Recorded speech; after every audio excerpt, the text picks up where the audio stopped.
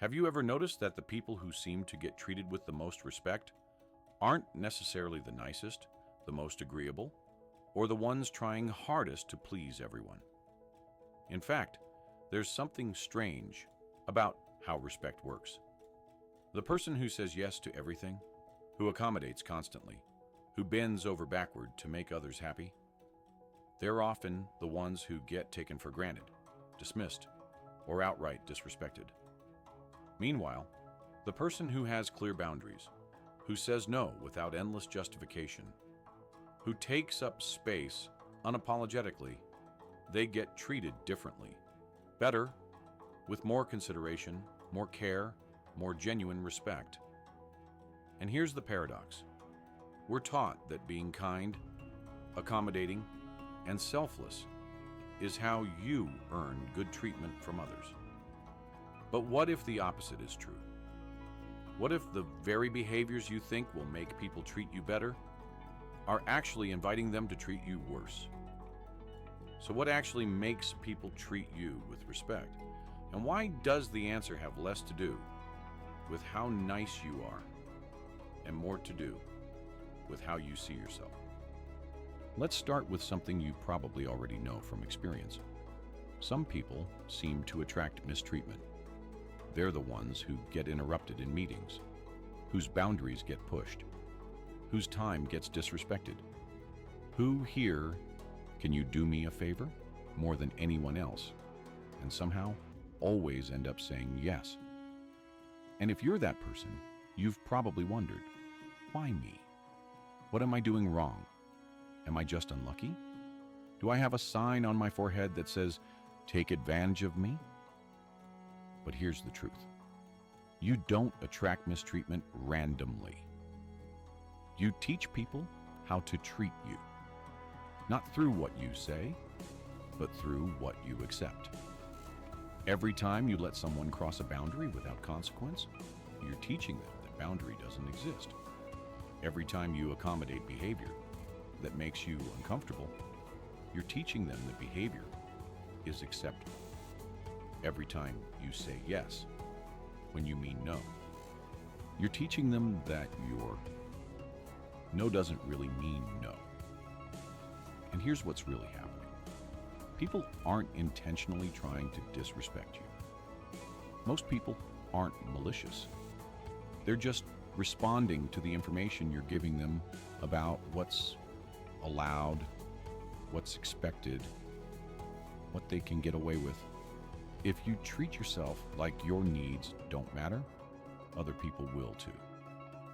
Not because they're bad people, but because you've shown them that's the dynamic you accept. But here's where it gets complex. Getting people to treat you better doesn't start with changing them. It starts with changing how you treat yourself. Think about someone you know who commands respect effortlessly. They don't demand it. They don't beg for it. They don't have to remind people constantly. It just happens naturally. What's different about them? It's not that they're more likable or more valuable as people. It's that they have an unshakable sense of their own worth. They know they matter. They know their time has value. They know they deserve consideration. And that knowing radiates outward in everything they do. This is what psychologists call internal locus of self-worth. Your sense of value comes from within, not from external validation. When you have this, you don't need other people to affirm your worth. You already know it. And here's what's fascinating. People can sense this. They can feel the difference between someone who knows their value and someone who's constantly seeking confirmation of it. When you know your worth, you don't over-explain. You don't apologize for existing. You don't shrink yourself to make others comfortable. You simply exist with quiet confidence that you belong, that you matter, that you deserve respect. And people respond to that, not because you're demanding anything, but because you're modeling how you expect to be treated by how you treat yourself. Now let's talk about boundaries, because this is where most people get it wrong. You've probably heard that you need to set boundaries if you want to be treated better. And that's true.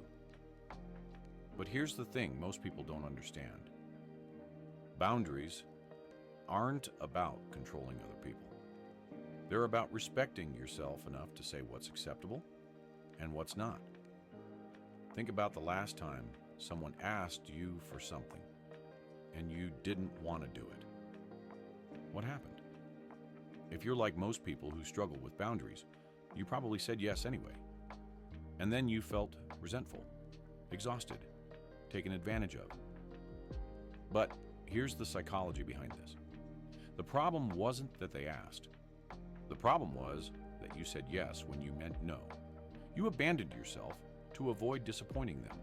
You prioritized their comfort over your own well-being. And this is the paradox. You think saying no will make people like you less. But saying yes when you mean no makes you respect yourself less. And when you don't respect yourself, other people don't either. Dr. Brené Brown's research on boundaries reveals something crucial.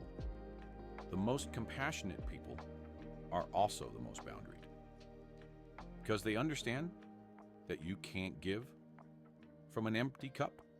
You can't be genuinely kind to others if you're constantly abandoning your own needs. Real boundaries aren't aggressive. They're not about building walls.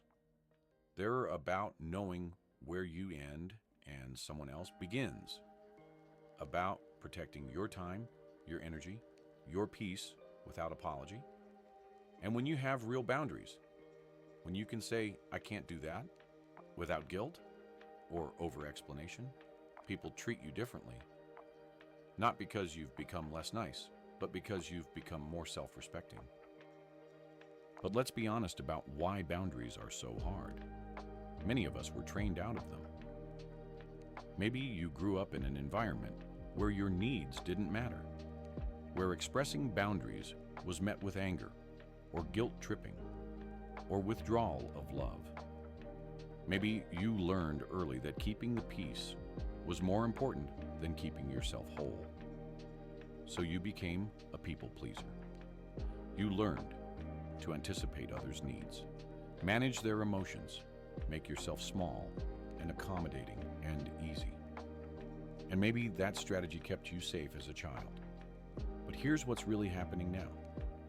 You're still using that childhood survival strategy in adult relationships, where it's no longer necessary. You're still trying to earn love and acceptance through self-abandonment. You're still believing that your worth is contingent on how useful, agreeable, and undemanding you can be.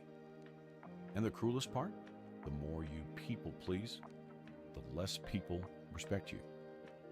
Because people pleasing isn't actually generous. It's dishonest. You're saying yes when you mean no. You're pretending to be fine when you're not. You're performing agreement to avoid conflict. And people can feel that inauthenticity, even if they can't name it. They can sense that you're not being real with them. And relationships without authenticity can't have genuine respect. So here's where we get practical. How do you actually change how people treat you? It starts with how you communicate. Not what you say, but how you say it. Think about the difference between these two statements. I'm so sorry. I know this is probably annoying, and you probably won't want to, but would it maybe be possible, if it's not too much trouble, for you to not call me after 9 p.m.? If you can't, that's totally fine. I just thought I'd ask. Versus, I don't take calls after 9 p.m. The first one is apologetic, uncertain, weak. It invites negotiation. It suggests your boundary is optional, something to be worked around if it's convenient for the other person.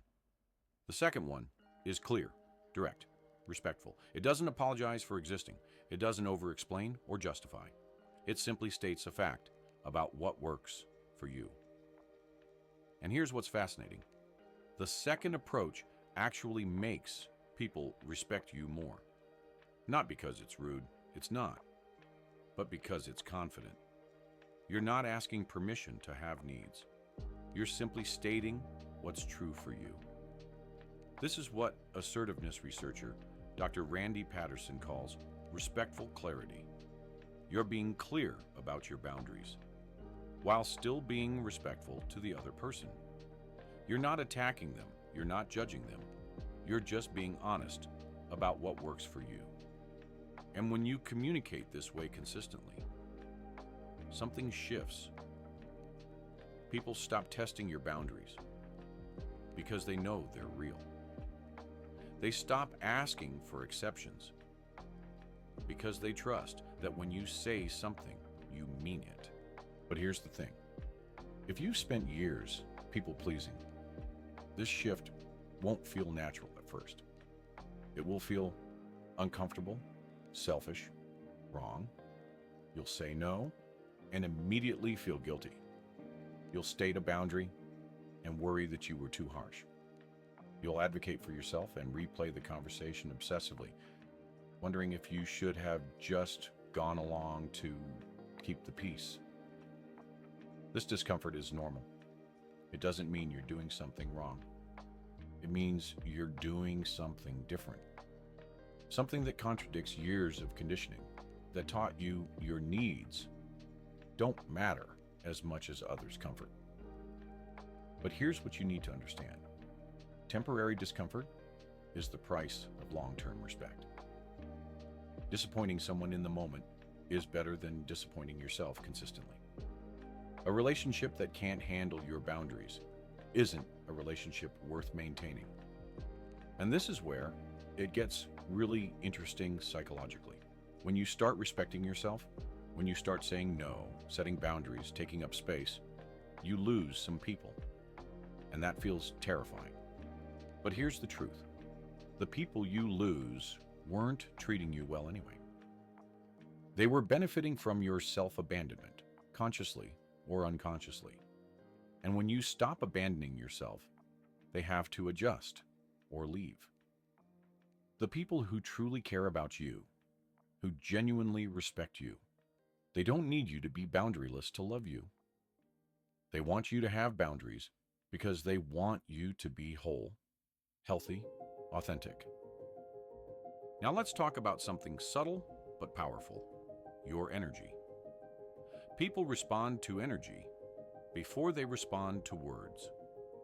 They can feel whether you're confident or apologetic, grounded or desperate, self-respecting or self-abandoning, often before you even speak. Think about how you carry yourself when you feel unworthy of respect. Maybe you make yourself physically smaller. Maybe your voice gets quieter, more tentative. Maybe you smile excessively, laugh at things that aren't funny, agree quickly to avoid conflict. These aren't just nervous habits. They're signals you're broadcasting. I'm not sure I deserve to be here. I'm hoping you'll validate my existence. Please don't be upset with me.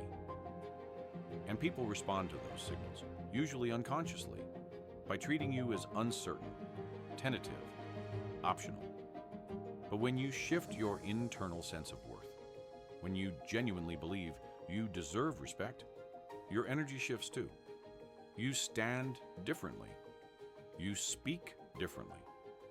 You take up space without apology. And people respond to that energy.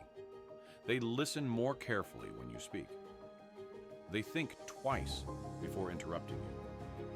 They treat your time and needs as important because you're treating them as important. This isn't about faking confidence or performing dominance. It's about aligning your external presentation with your internal truth. That you matter, your needs are valid, you deserve consideration. Here's something most people don't realize. How people treat you is often a mirror of how you treat yourself. If you treat yourself like you're an afterthought, others will too. If you treat your time like it's worthless, others will waste it. If you treat your needs like they're negotiable, others will negotiate them away. But the reverse is also true. When you treat yourself with dignity, others tend to follow your lead. When you honor your own boundaries, others learn to honor them too. When you speak about yourself with respect, others reflect that respect back to you. This is what psychologists call a self-fulfilling prophecy. Your beliefs about yourself shape how you behave, which shapes how others respond to you, which confirms your original beliefs. If you believe you're not worthy of respect, you behave in ways that invite disrespect, which makes people treat you poorly, which confirms your belief that you're not worthy of respect. It's a cycle, but you can interrupt that cycle. You can start treating yourself with the respect you deserve and trust that others will adjust to that new standard. Not everyone will. Some people will resist, will try to guilt you back into old patterns. But the right people will rise to meet you where you are. Remember that paradox we started with? That being nice and accommodating doesn't actually make people treat you better? Here's what's really true. Kindness matters, but self-respect matters more. You can be kind and boundaried, compassionate and self-advocating, generous and self-protecting. The key to getting people to treat you better isn't about changing your personality or becoming someone you're not. It's about aligning your external behavior with your internal worth. You teach people how to treat you, not through lectures or demands, but through the quiet, consistent way you treat yourself. When you respect your own time, others learn to respect it. When you honor your own boundaries, others learn to honor them. When you speak to yourself with dignity, others mirror that dignity back to you. You don't have to shrink to be loved. You don't have to abandon yourself to be accepted. You don't have to apologize for taking up space in your own life. The respect you're seeking from others starts with the respect you give yourself. So treat yourself like someone worthy of respect. Set boundaries like they matter. Say no like it's a complete sentence. Take up space like you belong here, because you do. And the people who matter will treat you accordingly.